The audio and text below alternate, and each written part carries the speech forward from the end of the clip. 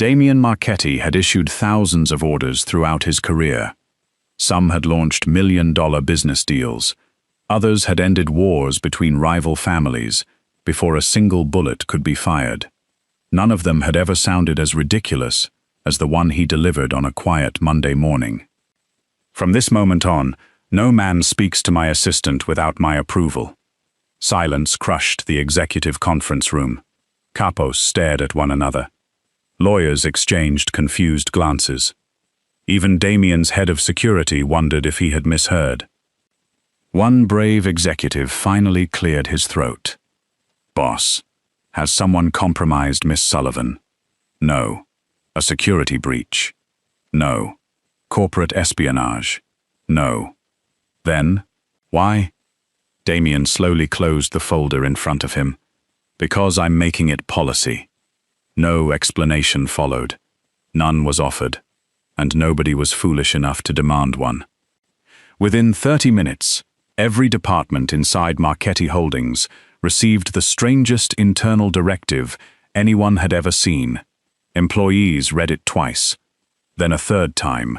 Receptionists whispered. Accountants frowned. Even veteran bodyguards looked genuinely puzzled. Meanwhile, the woman responsible for the organization's newest policy sat quietly behind her desk, completely unaware. Autumn Sullivan adjusted her glasses before adding another reminder to Damien's afternoon calendar. A birthday cake for Security Team Bravo. Anniversary flowers for the accounting manager. 3 thank you cards for maintenance workers who had stayed overnight fixing electrical problems. She smiled to herself. There. Nobody would be forgotten. When one of the receptionists hurried over, carrying a printed copy of the new directive, Autumn read it carefully, then shrugged. "Huh." The receptionist blinked. "That's your reaction?" Autumn nodded. "I guess Mr. Marchetti wants communication to be more organized." "That's all you think?" "Sure." She offered an innocent smile. "He probably wants fewer interruptions during work hours." The receptionist slowly walked away. "She's serious." Autumn had worked for Damien for nearly 3 years. During that time, she had become the invisible heartbeat of the organization. She remembered everyone's birthdays without checking a calendar. She knew which security guard secretly preferred vanilla cake over chocolate. She knew which lawyer drank coffee with cinnamon instead of sugar. She remembered whose daughter had just started college, whose wife had recovered from surgery, whose son had won a baseball championship. None of those details appeared in any personnel file. Autumn simply remembered because she cared. Every Friday morning, she arrived nearly an hour early, carrying paper bags from a local bakery. Cookies appeared in the reception area. Fresh muffins somehow reached overnight security teams before they clocked out. The maintenance crew regularly discovered handwritten thank you notes tucked beside their toolboxes. Nobody ever knew how she found time. Nobody questioned it. They simply smiled whenever they saw her walking through the building. Even men whose reputations terrified entire cities softened around Autumn Sullivan. "Morning, Miss Sullivan." "Good morning, Mr. Alvarez." "I brought those reports." "Thank you. You remembered my daughter's graduation." "I remembered because you looked proud." The aging capo laughed. "I was." She handed him a small gift bag. "I saw this bookmark and thought she'd like it." His expression froze. "You bought this?" "It wasn't expensive." "That's not what I asked." Autumn merely smiled again. "Have a wonderful day." The old capo watched her disappear down the hallway, then quietly muttered, "She's too good for this place." Unfortunately, someone else had witnessed the entire exchange. From the second-floor balcony overlooking the lobby, Damien stood perfectly still. His expression revealed nothing. Only Lorenzo, his lifelong consigliere, noticed the tiny muscle tightening near Damien's jaw. "Boss? You've been staring for nearly 3 minutes." "I have not." "You have." Damien looked away. Alvarez smiled. "Yes, he almost never smiles." "Also true." Damien folded his arms. He smiled because of Autumn. Lorenzo waited. And? I dislike it. You dislike smiling? I dislike him smiling at her. Lorenzo closed his eyes for a long moment. There it is. Again. The boss who negotiated billion-dollar mergers without blinking had somehow developed an irrational rivalry with every man who happened to enjoy talking to his assistant. Unfortunately, that included almost everyone. By lunchtime, Autumn had already spoken with receptionists, delivery drivers, junior lawyers, accountants, kitchen staff, security officers, 2 executives, and 1 elderly janitor who insisted she try homemade soup his wife had prepared. She thanked every single one of them with exactly the same warm smile. Damien noticed every conversation, every smile, every laugh, every unnecessary second. By the time lunch ended, 1 young corporate attorney approached Autumn, carrying 2 coffees. I accidentally bought an extra latte. Oh? I was wondering if... Before he could finish, Damien appeared beside them with terrifying silence. I require Mr. Collins in conference room 4. The attorney jumped. Now. Yes, boss. He hurried away so quickly he forgot the second coffee. Autumn blinked. Poor Mr. Collins. Damien looked at the untouched latte. Why poor? He probably worked very hard this morning. Damien frowned. He did. He looked stressed. She picked up the abandoned coffee. I'll make sure he gets this later. Damien stared. She thought, the coffee wasn't for her? She genuinely believed the young lawyer had simply purchased an accidental extra drink. Not because he wanted to spend time with her. Not because he had been trying to ask her to lunch. She never even considered the possibility.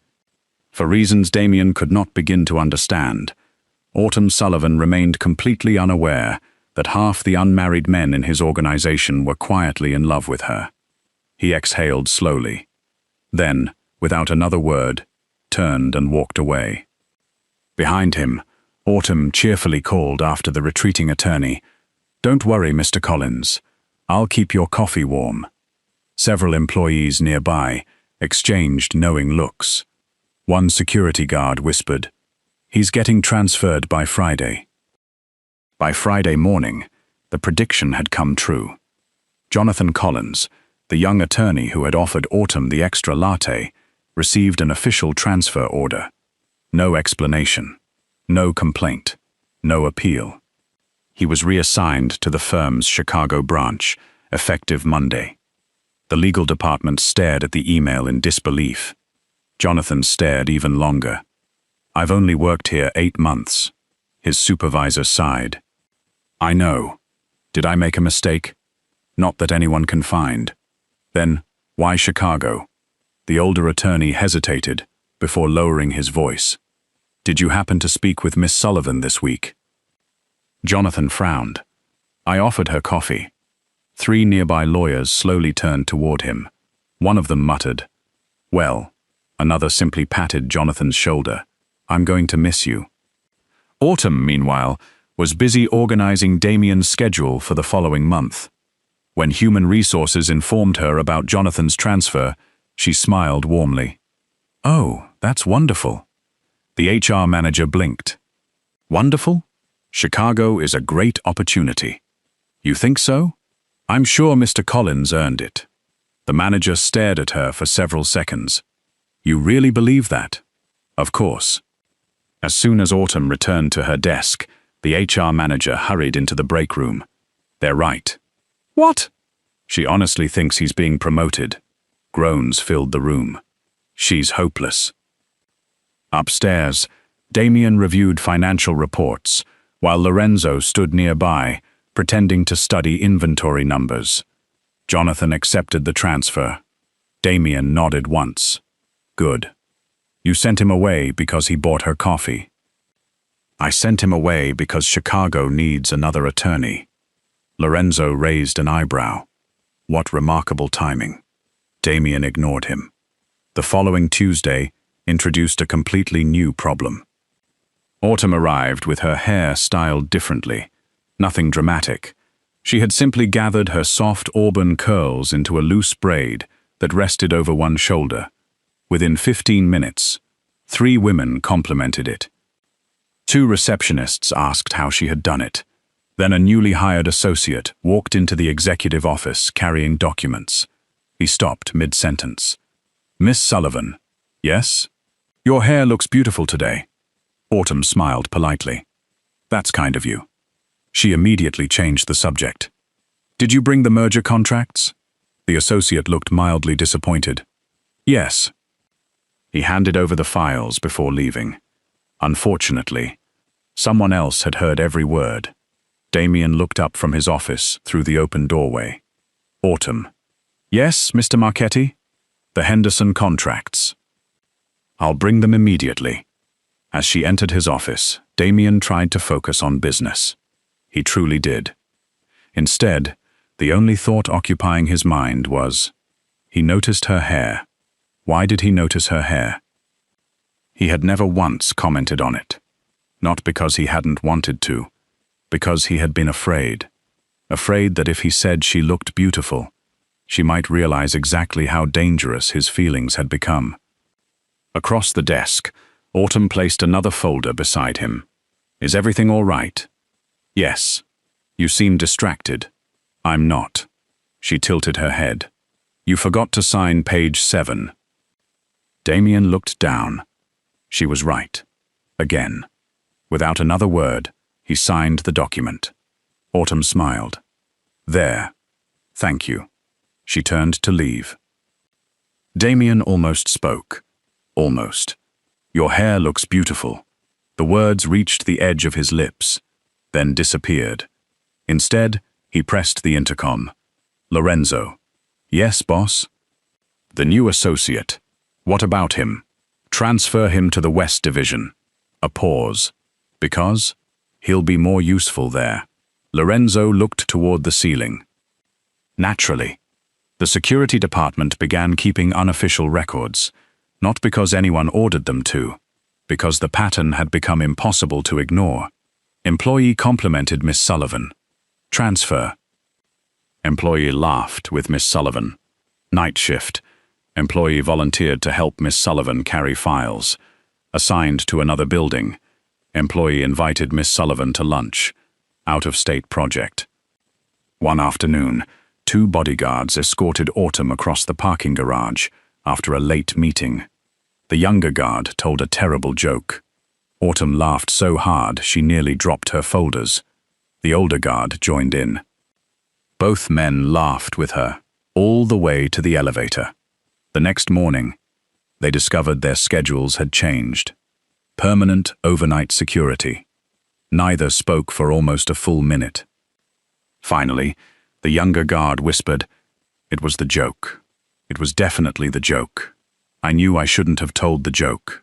Still, nobody blamed Autumn. How could they? She remained exactly the same. She thanked everyone, remembered everyone's birthdays, asked about sick relatives, brought homemade chocolate chip cookies every Friday without fail. The kitchen staff adored her. The janitors adored her. The accountants adored her.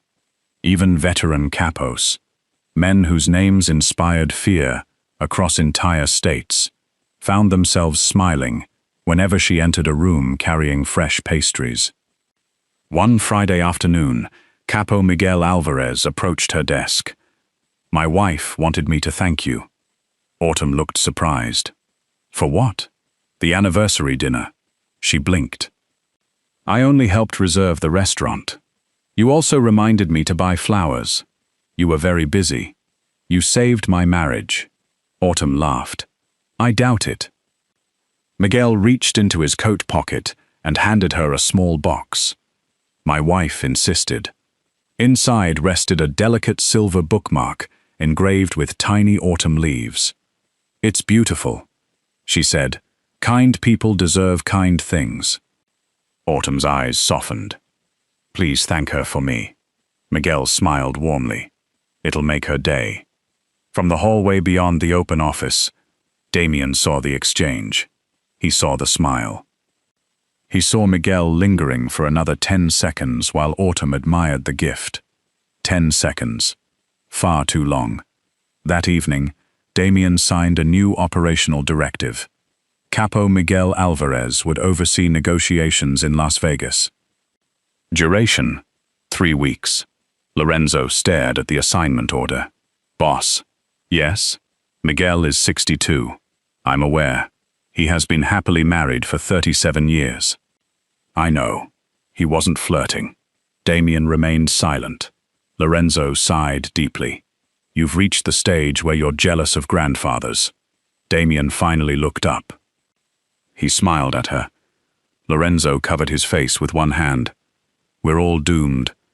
The following Monday, whispers traveled through every floor of Marchetti Holdings. Nobody could explain the mysterious transfers. Nobody understood the impossible scheduling changes, but everyone agreed on one thing. If a single man spent more than 5 minutes talking to Miss Autumn Sullivan, he should probably start packing his office. By the middle of the month, Marchetti Holdings had developed an unofficial game. Nobody admitted to organizing it. Nobody dared write the rules down. Yet somehow, everyone knew how to play. The question was always the same. Who's getting transferred next? It started in the employee cafeteria. 3 accountants watched a junior analyst carry a tray toward Autumn's table. He'll never make it. I give him 48 hours. Too generous. 24. The analyst smiled politely. Miss Sullivan, would you mind if I joined you? Autumn looked up from her lunch. Of course not. You always sit alone. I don't mind company. The 3 accountants exchanged sympathetic looks. One quietly folded a $5 bill and slid it across the table. I had 24 hours. You win. The analyst lasted until 3 o'clock that afternoon. His manager informed him that he had been selected for a special financial audit initiative at another office. Temporary assignment. 2 months. When the news spread through accounting, nobody looked surprised. Someone merely crossed another name off the betting sheet. Autumn remained blissfully unaware. She assumed the company was expanding. It must be exciting, she told one receptionist. What is? All these new projects. The receptionist bit the inside of her cheek. Yes. So many people are traveling lately. Exactly. I hope they're not working too hard. The receptionist waited until Autumn disappeared around the corner before whispering, "She's the only person in America who could miss this." The kitchen staff adapted first. Whenever Autumn entered the cafeteria, the younger male cooks mysteriously vanished into storage rooms. Only older women and one grumpy 68-year-old chef remained visible. One afternoon, Autumn frowned. "Where's Daniel?" The chef answered without looking up. "Inventory." "And Kevin?" "Inventory." The new pastry chef. "Also inventory." Autumn blinked. "You must have a very large pantry." The chef coughed to hide a laugh. "You have no idea." The security division became even more creative. Bodyguards who once joked freely with Autumn suddenly developed remarkable self-control whenever Damien appeared. "Morning, Miss Sullivan." "Good morning." "Beautiful weather." "Yes." "S. Have a nice day." They walked away before accidentally smiling. One rookie guard forgot the new survival strategy. Autumn handed him a homemade oatmeal cookie. He grinned. "My grandmother used to bake these." Across the lobby, Damien looked up from a conversation with 2 capos. The rookie froze. His smile disappeared instantly. He saluted, then marched directly toward the nearest exit without being dismissed. One capo watched him leave. "Where's he going?" Another shrugged. "Probably updating his resume." Lorenzo eventually confiscated the betting pool. Not because gambling bothered him, because the wagers had become ridiculous. "I've got $50 on the IT manager." "No chance." He complimented her spreadsheet. "That doesn't count." "It absolutely counts." "What are the official rules?" "The boss decides the rules." The boss decides the rules. Fair point. Lorenzo sighed. You people realize you're betting on your co-workers' careers. The room fell silent. Someone slowly raised a hand. Can we at least keep the scoreboard? Lorenzo pinched the bridge of his nose. I work for children. The only person suffering more than the employees was Damien himself. Every ridiculous order bought him a few hours of peace. Then another man would smile at Autumn. Another conversation, another laugh, another reminder that the warm, gentle woman sitting outside his office could have chosen anyone. Instead, she remained completely oblivious. One evening, long after most employees had gone home, Damien walked past her desk. Autumn was still working. Stacks of color-coded folders surrounded her. You should go home. She looked up. I just need to finish tomorrow's board schedule. It can wait. I know. She smiled. But if I finish tonight, everyone can leave earlier tomorrow. Everyone. Not herself. Everyone else. Damien watched her reorganize 3 executive calendars, answer 2 emails, and notice an error hidden deep inside a vendor contract. You missed a decimal. She pointed at the document. The payment amount doesn't match page 12. Damien checked. She was right. Again. You caught that immediately. I've read this contract 6 times. No. He looked directly at her. You remembered it. Autumn gave a small shrug. I suppose. You always remember. She laughed softly. My memory is useful. Useful? That was how she described the talent that had quietly saved the organization hundreds of costly mistakes. Damien wanted to tell her she was extraordinary. Instead, he simply nodded. Go home. She gathered her things. Good night, Mr. Marchetti. Good night, Autumn. She paused. It was one of the rare occasions he had used her first name. A gentle smile crossed her face. See you tomorrow. She left. Damien stood in the silent office for several moments after the elevator doors closed. Lorenzo stepped from the hallway. You almost told her. I know. What stopped you? Damien stared at the empty desk. What if she says no? Lorenzo nearly laughed. The man who negotiated peace between 5 rival families is terrified of asking one woman to dinner. Damien answered without hesitation. Those negotiations were easier. The following week brought someone new. Cassandra Blake. Elegant, perfectly tailored suit, impeccable posture, degrees from prestigious universities. A corporate consultant hired to modernize the public image of Marchetti Holdings before several high-profile international partnerships. She spent her first morning observing every department. Efficient, professional, analytical. Then she noticed Autumn, an executive assistant, laughing with janitors while carrying a box of birthday cupcakes. Employees from every level stopped to greet her. Security guards opened doors before she reached them. Senior executives thanked her by name. Even Kapos listened when she reminded them about appointments. Cassandra frowned. She turned toward a department director. Who is she? Miss Sullivan.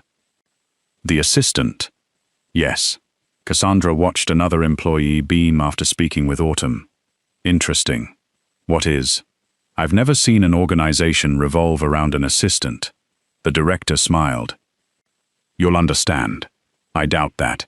She continued watching Autumn from across the lobby. A different conclusion had already formed in her mind. Influence like that could not possibly have been earned.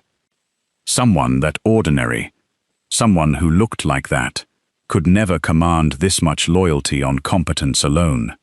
There had to be another explanation, and Cassandra Blake intended to find it. Cassandra Blake did not believe in coincidence. Organizations functioned because of structure. Power belonged to those who earned it through measurable results. Popularity was pleasant. Competence was essential. Yet after only 2 weeks inside Marchetti Holdings, she observed something she could not explain. Every department trusted Autumn Sullivan. Security consulted her before changing schedules. Executives confirmed meetings through her. Even veteran capos stopped by her desk, not out of obligation, but because they genuinely valued her opinion. It made no sense. An executive assistant should never possess that much influence. Unless she had acquired it through someone else's emotions, and there was only one person powerful enough to make that happen. Damien Marchetti. Cassandra began quietly investigating. She reviewed internal reports, interviewed department heads, observed meetings from the back of conference rooms. Again and again, she reached the same conclusion. Damien rarely praised Autumn in public, rarely even looked at her for long. Yet somehow, every important decision flowed through her desk. Appointments, contracts, travel, executive coordination. The entire organization seemed to orbit around one remarkably ordinary woman. Cassandra mistook trust for favoritism, and once she believed that, every harmless interaction became evidence. The rumors started small. Perhaps Miss Sullivan enjoys unusual influence. I hear the boss never refuses her requests. Interesting, isn't it? Within days, whispers spread across departments. Autumn noticed people becoming strangely quiet whenever she approached. Conversations ended abruptly. Smiles became awkward. She assumed everyone was simply busy. Until one afternoon, she entered the executive lounge carrying fresh coffee. The room fell silent.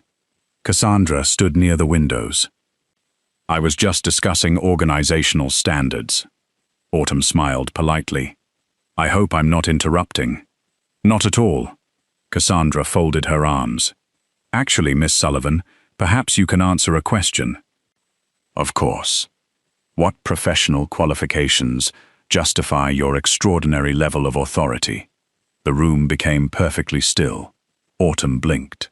Authority? You coordinate executive operations. I organize schedules. You advise department heads. They usually ask where Mr. Marchetti is available. You communicate with capos. Mostly about meeting times. Cassandra smiled thinly. Curious. I'm sorry?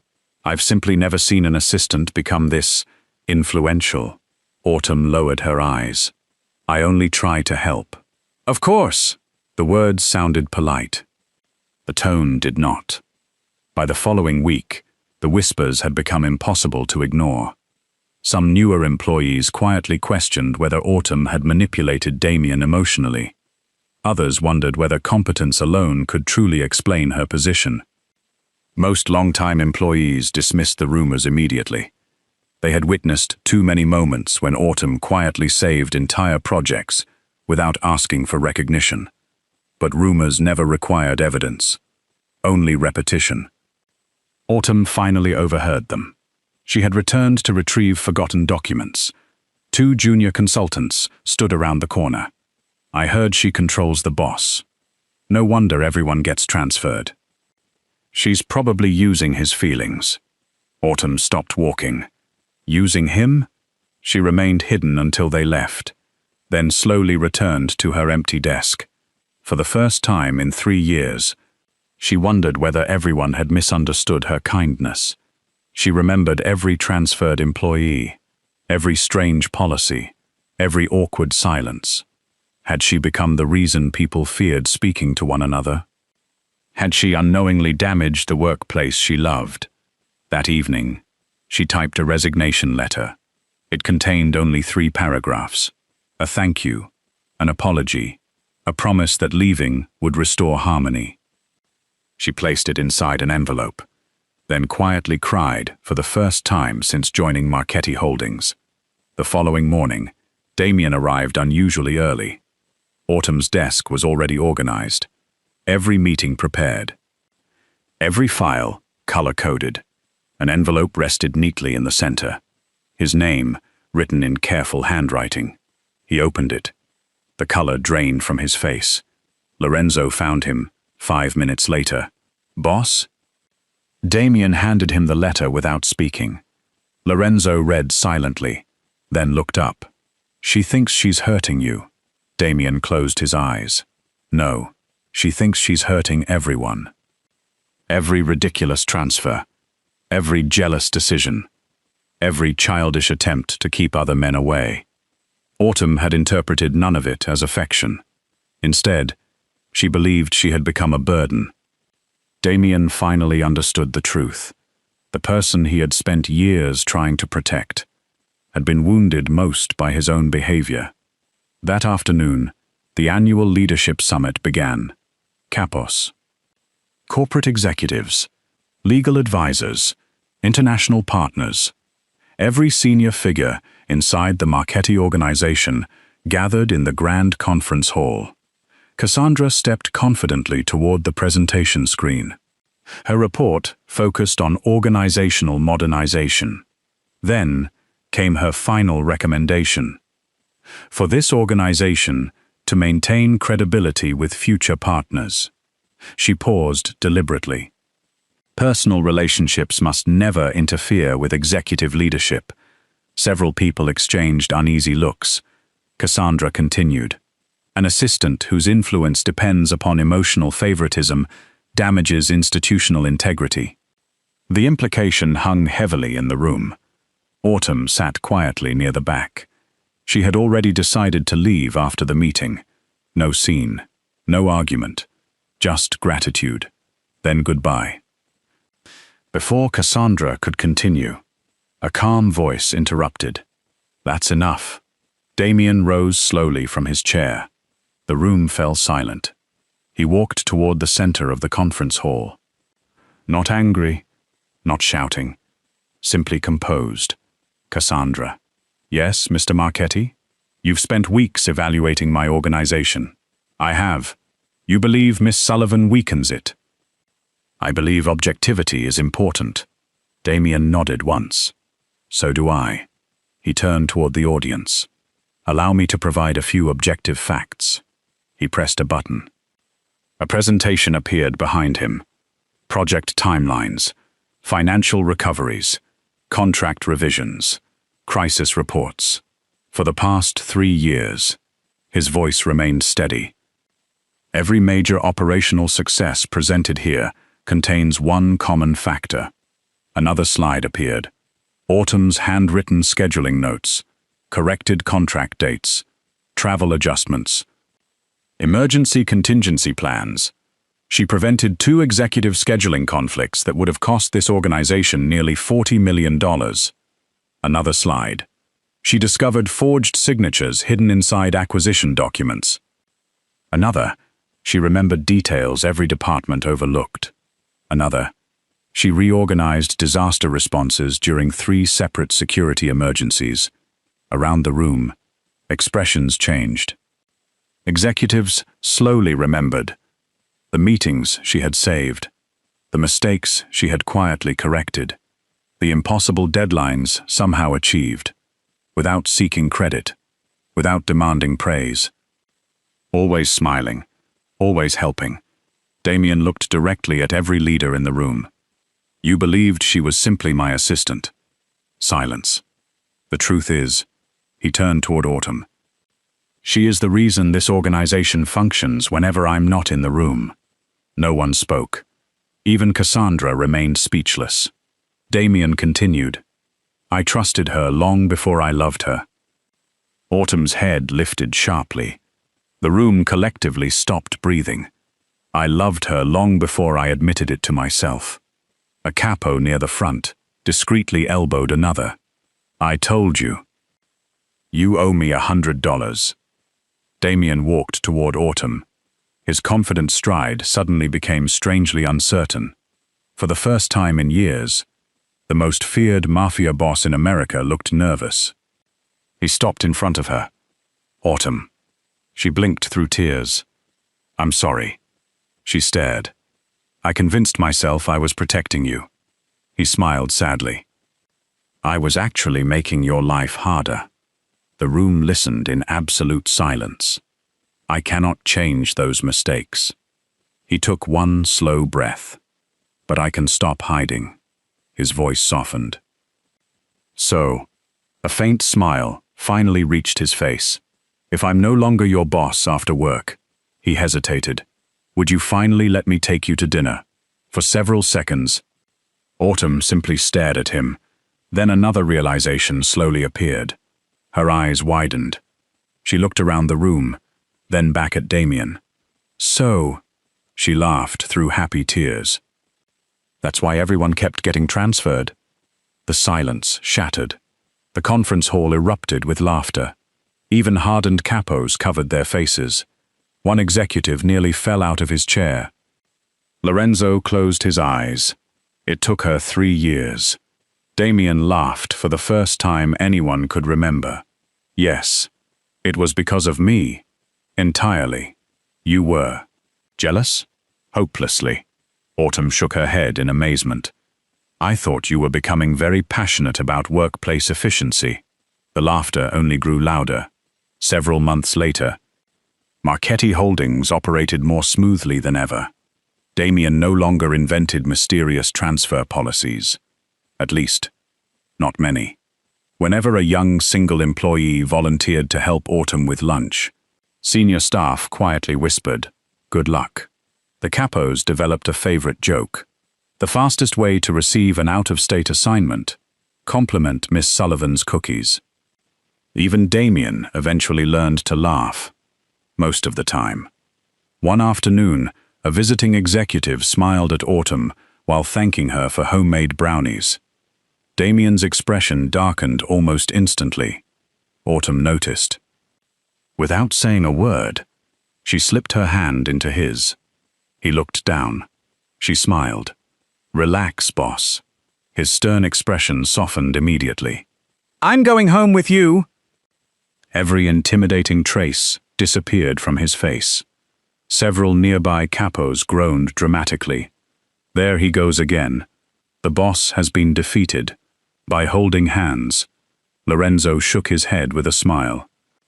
We survived gang wars. We survived federal investigations. We survived corporate takeovers. But nothing. He watched Damien looking at Autumn with unmistakable affection. Was ever capable of defeating Damien Marchetti, quite like one kind-hearted woman who spent 3 years believing everyone was simply being professional. The hallway filled with warm laughter. And somewhere inside the world's most intimidating mafia empire, the most feared man in America, silently accepted a truth no amount of power could change. Love had never made him weaker. It had simply introduced him to the only person whose smile mattered more than his pride.